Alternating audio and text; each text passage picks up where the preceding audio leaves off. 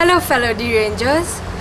Sometimes it surprises me just how powerful the human mind is. I mean, it literally controls the world as we see it, right? And everything we feel or perceive is controlled by this little sack of convoluted neurons called the brain, and that is literally the least I can say about its brilliance. So, when something goes wrong with it, it can mess you up.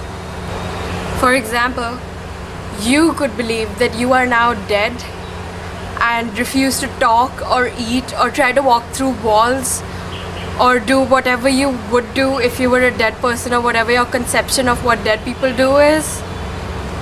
It's pretty messed up. This is what happens in this rare mental condition called Cotard's delusion or the walking corpse syndrome, and this is just one of the three interesting mental conditions that I'm going to tell you about today.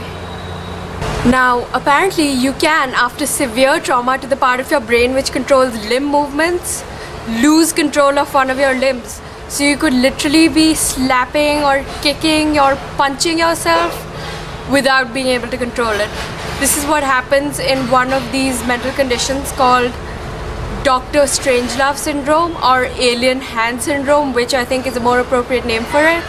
In this extremely rare mental condition called autophagia, I don't know if I'm pronouncing that right, people begin to eat their own limbs. It was first noticed in a man who, in the process of biting his own fingernails, mutilated his fingers severely. And it differs in intensity from mildly disturbing to highly fatal. So the afflicted generally need due care and sometimes hospitalization. Mental conditions can be bad. So stay sane, guys. Bye bye, derangers.